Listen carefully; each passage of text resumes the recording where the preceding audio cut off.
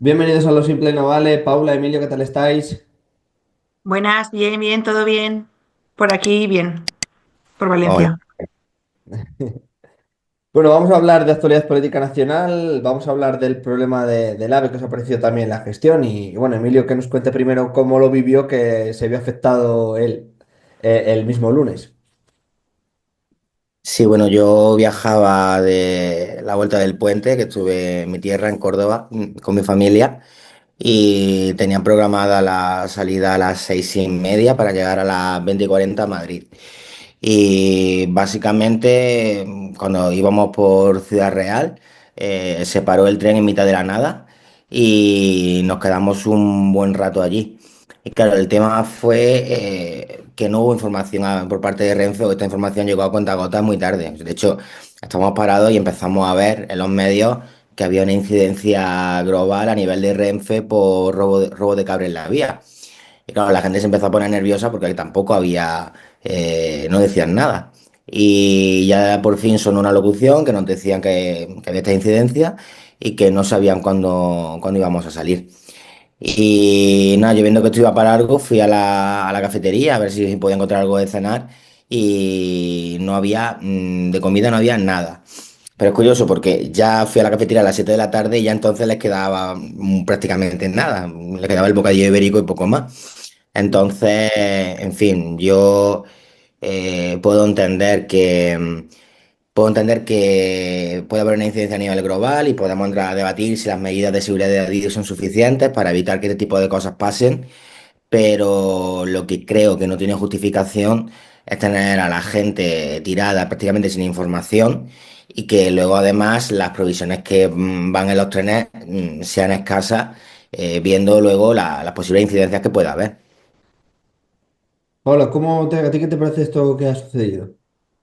Pues a ver, yo he de reconocer que durante más de 6 años he ido para arriba y para abajo, Madrid-Valencia con el AVE y lo primero que hay que decir es que es una suerte tener un medio de transporte como el tren, que es sostenible, que es rápido y que más o menos funciona siempre de manera puntual. De hecho, se puede hacer una comparativa bastante clara entre los trenes de alta velocidad y las cercanías. Yo sé que cercanías no hay en toda la península, pero hay una diferencia abismal en cuanto a servicio, en cuanto a puntualidad, en cuanto a cancelaciones, etcétera. Entonces, es de valorar tener un sistema, no es público 100% porque también entran en juego otras compañías, pero un sistema que funciona bastante bien y lo que ha venido sucediendo con el tema del fallo este del lunes pasado, pues bueno, son incidentes que pasan, que se han juntado mucho con el tema del apagón y parece como que cada semana nos tiene que venir aquí una desgracia nueva y que se van acumulando y que las cosas funcionan mal, pero yo quiero pues comentar eso, que en esos 6 años que yo he cogido los trenes Valencia-Madrid, no recuerdo prácticamente ninguna incidencia, salvo una vez que hubo una huelga general. Creo que era la huelga del 8 de marzo por el Día de la Mujer, que hubo menos combinación O sea, hicieron servicios mínimos y me cambiaron el tren, pero enseguida me recolocaron. Y bueno, pues entiendo el malestar en ese momento de llegar tarde, querer llegar a casa después de un puente, no, que no haya información, es algo que en ocasiones pasa que no hay suficiente información cuando estás allí, yo sobre todo que también soy usuaria del tren de cercanías, no avisan o no podemos estar mirando todo el rato el móvil, también considero que es eso, y te llegas a la estación y ves que han cancelado el tren, eso para mí sí que es lo peor. Yo creo que un estado que se considera pues avanzado, debe de ofrecer un servicio de proximidad entre localidades que sea puntual, que sea estable y que evite las cancelaciones al máximo. Espero que este del AVE sea una cuestión anecdótica, yo creo que sí que lo es. El ministro todavía, por lo que he visto en prensa, todavía no sabe las causas, pero parece que ha sido un poco un sabotaje que por la cantidad de dinero que vas a recoger, ¿no? Porque es del cableado, creo que eran unos pocos de miles de euros que tiene pinta de que sea pues eso, no lo ha dicho claramente, pero parece que sea pues malintencionado desde el punto de vista que no es por un motivo económico. Entonces, pues habrá que ver por qué y cuál es la motivación de la persona o de las personas que han querido fastidiarle el regreso a casa a gente como Miguel. Emilio, si Oye, tú Emilio, quieres. perdón, he dicho Miguel y luego me he quedado, perdón. Bueno, yendo por puntos, yo llevo ya más de una década cogiendo el AVE regularmente de Córdoba a Madrid y tengo que decir que ha habido una devaluación del servicio brutal. Cuando yo empecé a coger la línea, te daban el 50% del billete si el tren se retrasaba más de 5 minutos y el 100% del importe si era más de 15, porque era la línea Madrid-Sevilla. Luego lo subieron a 15 y a 30 respectivamente. Y después ya la han subido ahora a 60 y a 90. Y aun todo con eso, yo sí que detecto que durante los últimos años hay una devaluación del servicio y cada vez hay más retrasos y cada vez hay una gestión peor. Yo prácticamente antes nunca me habían tenido que devolver un billete y tengo que decir que prácticamente cada 3 meses o así tenemos alguna incidencia. Y además estas incidencias suelen producirse cuando hay puentes o cuando hay un tráfico ferroviario muy elevado. Lo de corriendo decir que es un sabotaje, yo creo que obedece más a una cuestión económica, porque si es un sabotaje, según la ley, no tienen obligación de devolvernos el importe del billete. De hecho, yo ya he intentado reclamar el billete a través de la web y casualmente está caído. No te permite ni siquiera iniciar el proceso para reclamar el billete. Y bueno, respecto a que el AVE es una energía limpia y renovable, es limpia si la fuente de energía es limpia. Quiero decir, cómo funciona con electricidad, si tiramos de ciclo, si optamos, por ejemplo, por cerrar las centrales nucleares y cuando no tengamos ni sol ni viento, tenemos que tirar de los ciclos combinados de gas para producir energía, no es una energía limpia, desde luego. Igual que los coches eléctricos tampoco son una energía limpia, sí. Sí, sí, Sí, dime, pero dime. no tiene nada que ver con el combustible fósil que supone desplazarse en coche o en avión. O sea, eso es así. Y yo creo que el fomento del transporte público eh, pues nos permite desplazarnos de manera mucho más cómoda desde mi punto de vista, rápido y de puerta a puerta, cosa que de puerta a puerta me refiero de ciudad en ciudad, cosa que los aeropuertos no lo permiten y demoran al final bastante más la cuestión del desplazamiento. Además, también pienso que la apuesta es no sé si ha habido una devaluación tan clara, la verdad no tengo datos, pero podría pasar. Sí que es cierto que el tema de que hayan entrado a la línea ferroviaria nuevas empresas tipo pues, empresas privadas incluso de otros países, yo creo que también ha fomentado que para estar en igualdad de condiciones con las otras, el número de ventajas que había en Renfe las han ido disminuyendo. No sé si, yo creo que no es casualidad que al entrar nuevas compañías que ofrecen el servicio prácticamente igual, pero que no tienen esas contraprestaciones de respaldo en el sentido de bueno, pues si tienes algún problema de retraso o cualquier incidencia, yo te devuelvo el dinero. Esto las otras privadas no lo ofrecen y yo creo que es por eso que Renfe ahora ha aumentado, ha visto que no pasaría nada si aumenta el número de minutos que llega con retraso. También ha habido un cambio en los asientos que me parecen súper incómodos, sinceramente. Parece que este es una nave espacial, no sé si habéis tenido la ocasión, pero, pero sí que en cuanto a eso yo sí que veo que ha habido una devaluación del sistema, digamos, también para que entre más gente y que los precios sean competitivos. Imagino que también es por por eso. Pero en cualquier caso, pues bueno, son causas y efectos puntuales que esperemos no se repita, que también la penalización o bueno, la pena que pueda tener esta gente lo haya provocado, sea un poco que aleccione al resto de personas que tengan previsto hacer una cosa parecida, porque es un fastidio para muchísima gente que necesariamente tienen que estar al día siguiente en sus casas para trabajar o para hacer su vida, su día a día. Salía una señora en las noticias que esta semana había tenido el problema, tenía una cita oncológica en Madrid, creo que era, y la semana pasada también la tuvo, pero con el apagón no pudo llegar y esta semana no pudo llegar con el tema del sabotaje. La verdad es que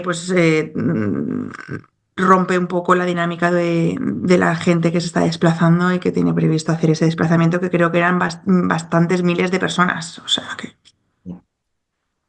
A ver, yo creo que Renfe tiene un problema muy serio en lo que es gestión de las crisis. Quiero decir, esto no es nuevo, no es la primera vez que hay una cancelación masiva de trenes, ya ha pasado, sobre todo en la línea Madrid-Sevilla, Madrid-Málaga, cada vez que hay prácticamente un puente tiene una incidencia. A la mínima que hay mal tiempo tiene una incidencia. Y el problema no es que haya la incidencia, el problema es que la información que dan durante el proceso a los usuarios es pésima, lo cual no se entiende ni es justificable con las tecnologías que hay ahora que en tiempo real te permiten saber lo que está pasando. Y creo que han tenido tiempo de sobra para corregir esto, que es una queja recurrente que tenemos los usuarios, y no lo han hecho, primero porque tenemos un ministro al cargo que no tiene ni formación ni experiencia para el cargo, porque este señor jamás se ha dedicado a nada relacionado con el transporte en su vida hasta que ha llegado a ministro, y luego además que está más centrado en tuitear y en doxear a tuiteros de la derecha y en otros menesteres, en vez de estar centrado en lo que tiene que estar, que es gestionar.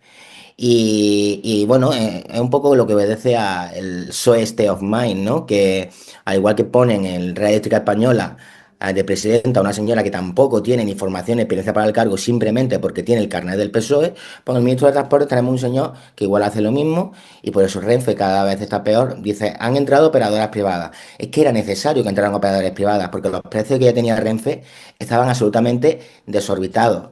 Yo porque tengo la suerte de que tengo unos padres que son inmensamente generosos y con tal de que yo vaya a verlos me han ayudado durante estos años a que pudiera coger recurrentemente trenes. Pero es que no podía ser que prácticamente cada vez que tenía que ir a Córdoba eran 100 euros. Es una barbaridad. Y supuestamente es un servicio público. Y fíjate lo malo que es el libre mercado, que han sido entrar los operadores privados y han bajado los precios. Entonces yo creo que hay que ser exigentes con los servicios públicos y primero hay que exigirle a Adif que reestructure las líneas de otra manera para evitar, al margen del sabotaje, que estas incidencias, porque yo sí tengo datos y cada año las incidencias que sufre Renfe se incrementan año tras año y cada vez vamos a peor. Entonces hay que exigirle a Adif que cambie su forma de controlar el tráfico para que estas incidencias dejen de suceder en los puentes y por otro lado hay que exigirle a Renfe que tenga otro protocolo de gestión de las crisis y que los usuarios tengamos información en tiempo real y sobre todo que los trenes lleven un suministro suficiente de comida o de bebida, por lo menos para 12 horas, por si hay cualquier incidencia de esta, no tener a la gente sin comida, porque yo tuve la suerte, yo llegué a la 1 de la mañana a Madrid. Y yo tuve suerte, porque la gente que salió a las 8 de la tarde llegó a las 8 de la mañana del día siguiente en unas condiciones que los trenes ya estaban prácticamente sin nada, con los baños sucios. ¿Eso cómo se puede permitir una empresa moderna del siglo XXI? Entonces, en fin, yo igual, como pago muchos impuestos, soy muy exigente con la gente que vive de lo que yo genero. Pero es que creo que la gestión que está llevando a cabo el ministro es patética y en vez de asumir responsabilidades y tomar conciencia de lo que está haciendo, siempre es el lenguaje agresivo y cargando contra todo el mundo. Al final todo el mundo tiene la culpa menos él de lo que pasa. A ver, yo no, yo estoy de acuerdo con, sobre todo con el final, lo que has comentado de que se pueden dar incidencias y los trenes tienen que estar preparados para ello. Estoy totalmente de acuerdo en cuanto al tema de pues de comida, de si los servicios están limpios y tal. Yo eso lo comparto al 100%. Ahora bien, Para mí el ministro no es santo de mi devoción. Yo creo que la planificación de las infraestructuras, no solamente de Renfe, sino por ejemplo en el caso de los puertos y aeropuertos, no estoy nada de acuerdo con su política expansionista del puerto de Valencia cuando no es necesario, por ejemplo, para utilizar únicamente el puerto de Valencia lo quieren utilizar como un lugar de aparcamiento y de transporte de mercancías simplemente para que estén, ¿no? Los contenedores lleguen a Valencia, descarguen y se vuelvan a ir, pero que realmente no vaya a haber un flujo de barcos como tal, y quieren hacer una mega infraestructura que supondrá muchísima contaminación, bueno, una serie de problemas muy grandes para la ciudad de Valencia, y el ministro ha preferido tirar al recto y no hacer caso a la ciudadanía ni a tener en cuenta la problemática que esto puede ocasionar a largo plazo. Y lo mismo con su idea de crecer en el aeropuerto de Valencia, en el aeropuerto de Barcelona, sin llegar a ningún tipo de acuerdo con la población, sin ningún tipo de análisis críticos de realmente de la necesidad de que estos puertos y aeropuertos tengan que crecer.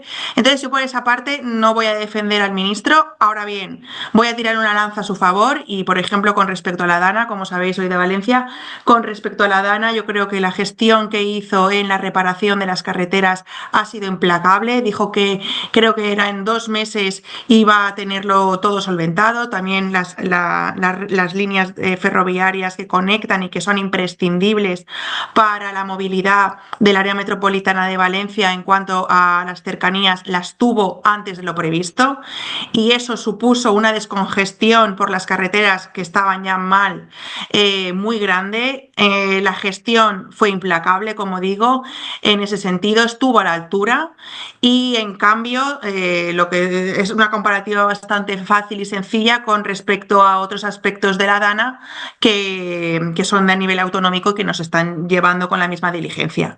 Entonces podemos exigir, y me parece muy bien como ciudadanos, que los servicios públicos funcionen mejor y cada día mejor, no cada día peor. Estoy totalmente de acuerdo. También Renfe ha tenido un problema en contratación. Durante mucho tiempo el personal de Renfe ha sido deficitario con las necesidades que había. Lo sé porque han habido falta de conductores, ha habido falta de personal en general, y cuesta mucho esa batalla de que haya unas condiciones laborales dignas para todos. Eso también repercute al servicio y es lo que acaba provocando retrasos y cancelaciones en el transporte de cercanías. Al fin y al cabo, una de las reflexiones que también creo que es interesante es España tiene una de las redes de alta velocidad más grande prácticamente de todo el mundo. No sé si estamos por detrás de Japón, pero eso es algo a tener en cuenta. Es costoso de mantener, es muy costoso de mantener, muy costoso de crear. Una vez que ya se ha creado, pues hay que mantenerlo y hay que procurar que todo funcione bien. Ahora bien, otra de las faltas que yo considero muy graves es que el sistema radial, que todo apunta hacia Madrid, pues al final también acaba teniendo repercusiones. La distribución de la alta velocidad en España ha estado realizada de manera muy concreta, ¿no? Todo pasa por Madrid y no hay conexiones, por ejemplo, rápidas ni siquiera con Cataluña, desde Valencia o desde el arco mediterráneo, que sería lo suyo, ¿no? A que hubiese una buena infraestructura, más que nada para que nos equilibre a todo el mundo y todo el mundo estemos más o menos contentos. El arco mediterráneo por AVE no existe, tampoco en infraestructuras. Me refiero en el sentido de para que las mercancías del sur, incluso del norte de África, puestos al resto de Europa, sean rápidas. Eso no existe. Hay un cuello de botella en Tarragona, y es uno de los retos que yo veo muy interesantes llevar a cabo, y que el ministro, pues, en vez de procurar realizar esas expansiones tan grandes de puertos y aeropuertos, que habría que ver hasta qué punto son beneficiosas en todos los sentidos, económico, turismo, mercancías, etcétera, comenzase a cambiar un poco el chip, reestructurar todo el sistema ferroviario, teniendo en cuenta que somos un país pues con una diversidad muy grande y que no estamos bien conectados entre nosotros, y también dando prioridad a las cercanías, que descongestionan muchísimo el tráfico por carretera y la contaminación en las ciudades. A ver, yo sí que coincido contigo en que el corredor mediterráneo se tenía que haber apostado por él hace bastante tiempo y por H por B no se ha hecho. Pero también es verdad que el sistema de los aves se ha desarrollado de una manera populista y muchas veces no haciendo una necesaria evaluación de lo que es beneficio versus inversión. Yo voy a poner un ejemplo muy claro, igual la gente de mi tierra me mata, pero me acuerdo que se hizo una estación de ave que es Villanueva Los Pedroches, que está como al norte de la provincia de Córdoba, que no tuvo el menor sentido porque no hay densidad de población suficiente para ello. O sea, no puedes hacer una estación de ave de alta velocidad en una zona que con todo mi respeto es maravillosa y de hecho está la leche Cobas, que es una fantasía, pero no tiene las características demográficas suficientes para hacer una estación de altísima velocidad. Y yo me acuerdo que cuando lo dije, prácticamente me querían funar en mi tierra, pero es que a nuestros políticos les ha faltado recurrentemente el hacer política a largo plazo pensando en el bien del país y no en el bien electoral de las próximas elecciones. Y en ese sentido ha existido la obsesión en España porque en cada capital de provincia o en cada capital de comarca tenía que estar la estación de AVE, el aeropuerto y la facultad. Y eso ni es sostenible ni tiene ningún sentido. Y eso se vino desarrollando así hasta el gran crack del año 2008, que ya cuando se acabó el dinero público, pues ya se pararon los proyectos. Pero por eso hemos construido un sistema que no, no tiene sentido, pero ya con estos bueyes tenemos que arar. Hay que ver si se pueden sacar recursos para ir haciendo el corredor mediterráneo, pero luego, al margen de esto, yo creo que también, en el caso concreto de Renfe, el hecho de que sea una empresa pública, eh, tú miras los datos de Renfe y resulta que tienen unos datos de asentismo en cuanto a bajas médicas y demás mucho más altos que la media. Miras y, en fin, yo creo que se entiende por dónde estoy diciendo. Al final, el tener a gente que funciona con criterios de casi como si fueran pseudo funcionarios, muchas veces provoca que el servicio no sea eficiente y que la propia empresa tampoco sea eficiente. Es decir, Renfe, no, hubo un momento, justo antes de que entraran los operadores privados, en los que Renfe tenía unos precios que eran completamente abusivos, desorbitados, y aún así la empresa seguía dando pérdidas.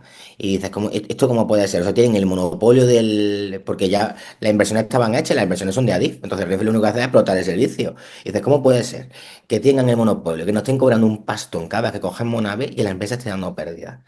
Entonces, en fin, yo creo que muchas veces las empresas públicas no se opera con el criterio de eficacia y eficiencia y para muestra un botón. Luego tienes correos, ¿no? Correos en plena época de los envíos masivos y con el COVID y con todo, hay un agujero de 1.000 millones de euros. También, curiosamente, correos han colocado a un amigo personal de Pedro Sánchez que no, tampoco tiene ni formación ni experiencia para el cargo y tú lo sabrás mejor que eres de Valencia.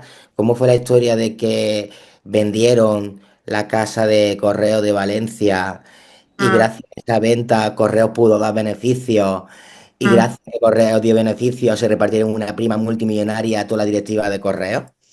Es que es tremendo. La verdad que desconozco los detalles, pero una de las cosas bueno, creo que en Correos también están haciendo una fuerte estructuración de la empresa precisamente por el tema del auge de las mercancías, ¿no? Y la venta, compra-venta online. Creo que por ahí sí que hay un futuro para Correos bastante amplio si es que se lo montan bien. En lo que comentas de Correos, el edificio de Valencia es precioso y todavía no saben bien qué es lo que quieren hacer con ellos, y una de las propuestas de compromiso es hacerlo un centro público, pues bien de biblioteca, bien de espacios para startups. Pero se eh, vendió, ¿no? se vendió, creo que sí. No me sé los detalles y no voy a entrar a la cuestión porque no lo desconozco un poco, pero sí, continúa, el edificio es increíble y supongo, pues como tantos edificios públicos que costará mucho de mantener y que si no dan las empresas beneficios suficientes, pues tendrán que ir deshaciéndose de ellas. Pero bueno, volviendo un poco al tema del transporte público, sí, comentar eso, que al final también las vías, la alta velocidad es muy cara.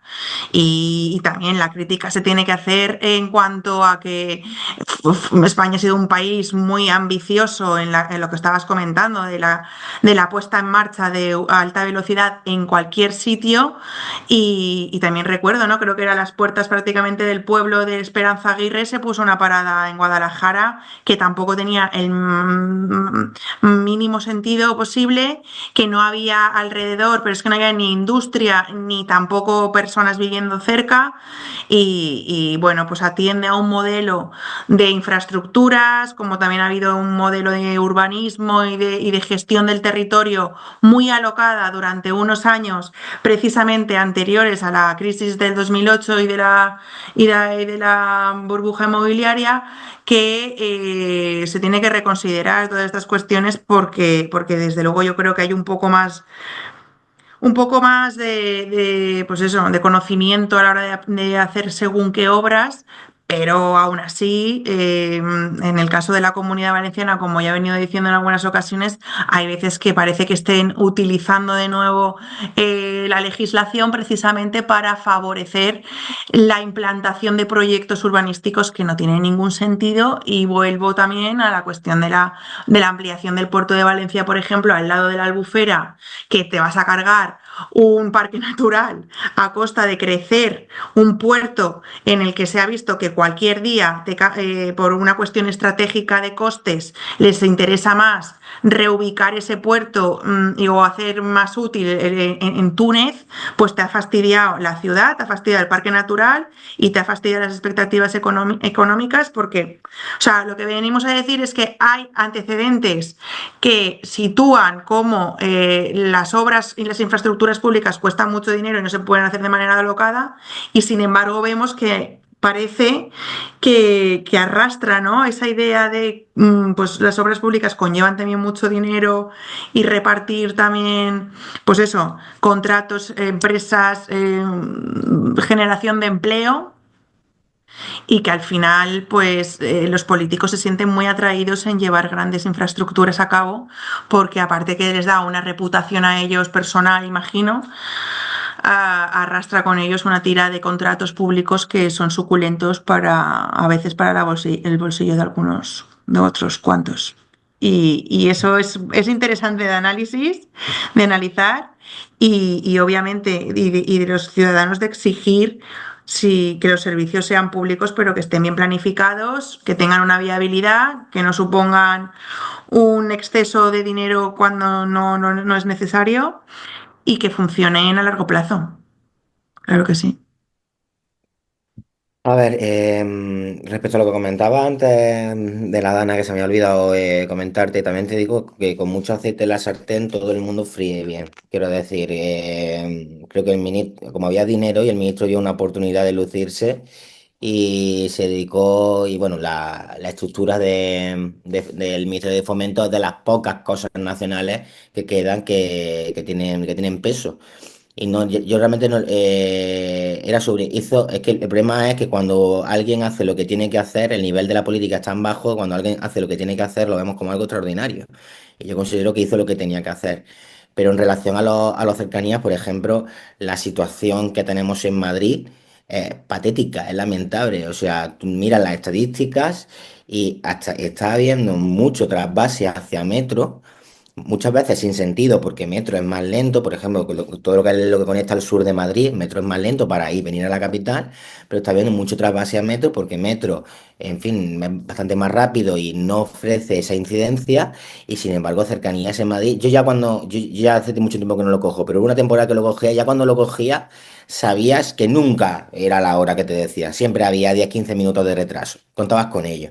Pero es que ahora ya es, vamos, una cosa espectacular. Y creo que también entra dentro de esa política sectaria de broques que lleva a cabo el ministro, en el cual ahora hay que castigar a Madrid porque Madrid vota mal. Y como Madrid vota mal, pues el Cercanías está prácticamente destruido. Con lo cual yo creo que el flaco favor hace a la sostenibilidad y al modelo verde y todas esas cosas que tanto dice defender, ¿no? Respecto al puerto de Valencia. Y me parece un debate que es enormemente complejo. Sí sé que hubo un informe de impacto ambiental que determinó que el impacto ambiental que suponía la ampliación del puerto era asumible. Y también sé que se ha pedido que ese informe se reconsidere porque no se tuvo en cuenta una parte del proyecto de la ampliación y demás. Yo realmente en esto prefiero ser muy cauto. Sí que creo que desde el punto de vista económico es interesante, tanto para a nivel nacional como para la propia ciudad de Valencia, tener un puerto suficiente que permita que llegue la llegada de mercancías y de hecho los puertos de las pocas infraestructuras que aportan beneficios en fin, por las tasas que se pagan para transportar esa mercancía. Pero como tampoco soy experto ambiental, no me atrevo a valorar si los riesgos medioambientales son superiores a los beneficios. Yo me leí el informe de impacto ambiental y me pareció que estaba bien hecho, pero como tampoco es mi campo, puede ser que la información que tú tengas sea más completa. Aún así, también te digo que tenemos que crecer y necesitamos de infraestructura suficiente. Y precisamente me parece que los grandes apostar por una política de grandes puertos es beneficioso para la economía y no sé hasta qué punto podemos asumir el coste de oportunidad de no hacerlo. Sí, el informe de impacto ambiental, el problema es que se salió hacia adelante antes de que se produjese una modificación sustancial del proyecto. Entonces, claro, cuando tú haces una modificación enorme, porque iba a estar la terminal en un sitio y luego la desplazan a otro, claro, el proyecto se tiene que volver a evaluar. Y eso es lo que está ahora precisamente en tribunales, pues se está dirimiendo porque el órgano sustantivo lo trasladaron del Ministerio de Medio Ambiente, se lo dieron directamente a la autoridad portuaria. Entonces, claro, la autoridad portuaria ella va a mirar para sus propios intereses. Entonces, como que le pasaron la pelota de una cuestión tan importante como es el impacto ambiental y esa decisión a un órgano que a priori no debería ser quien para, para justificar si el proyecto se tiene que tirar adelante o no. Luego, en cuanto a números económicos, que es lo que realmente, por lo que realmente se deberían de hacer estas cosas, pero hay quien lo pone en dudas y comenta si es más bien por una cuestión de las obras, por las obras públicas, sabemos que dan mucho dinero. Los números económicos, curiosamente, desde la Dana a esta parte han ido descendiendo porque el número de transporte, es decir, de mercancía de transporte, ha disminuido con respecto a años anteriores en el puerto de Valencia. O sea que los números no van al alza, no se puede decir que haya una estabilidad o una necesidad porque hay una necesidad real. Porque no hay capacidad dentro del puerto, es mentira. De hecho, hay una gran parte del puerto que está infrautilizada. Se podría implementar, pues con el tema de la robotización, con las nuevas tecnologías, etcétera, se podría modernizar y gastarse el dinero en esa innovación, más que en su ampliación por la ampliación, que da a entender que es una obra suculenta, que hay mucha inversión detrás y que le puede favorecer el bolsillito de unas cuantas personas a costa de dinero público. Ha habido un gran debate y sigue habiéndolo. Lo que pasa con el tema de la Dana, todo se ha paralizado. Un debate muy fuerte en la sociedad porque, claro, imaginaos, o sea, si veis una imagen, la expansión del puerto supone casi una ciudad como la de Valencia entera dentro del mar. O sea, es que es brutal. Y la imagen de tanto que se quiere fomentar el turismo, etcétera, la imagen dentro de la Malvarrosa, que es la playa de Valencia, es como hay unos renders, o sea, como, ¿no? Que te dan una imagen de cómo sería el futuro y es todo lleno de grúas para mover y transportar contenedores y es terrible. Ahora ya tenemos muchas, pues sería como duplicarlo o triplicarlo, o sea, la imagen sería terrible, la contaminación, el pueblo marítimo del Cabañal, quiero decir, la repercusión que tiene a nivel, pues eso. También se hablaba de nuevos cruceros llegando a Valencia cuando se sabe que el valor que pueden dejar este tipo de turismo pues no acaba de ser tampoco el más beneficioso para la ciudad. Es decir, yo creo que con el tema, conforme está el mundo, yo creo que a los grandes proyectos hay que darles más de una vuelta. Y es de sabios rectificar, vamos, es lo que yo pienso. Y, y por mi parte es eso. La verdad es que el tema de infraestructuras es una cosa interesante porque al final todos nos movemos y las necesitamos sí o sí. Mm. Pues bueno, chicos, no sé, sí, Miri.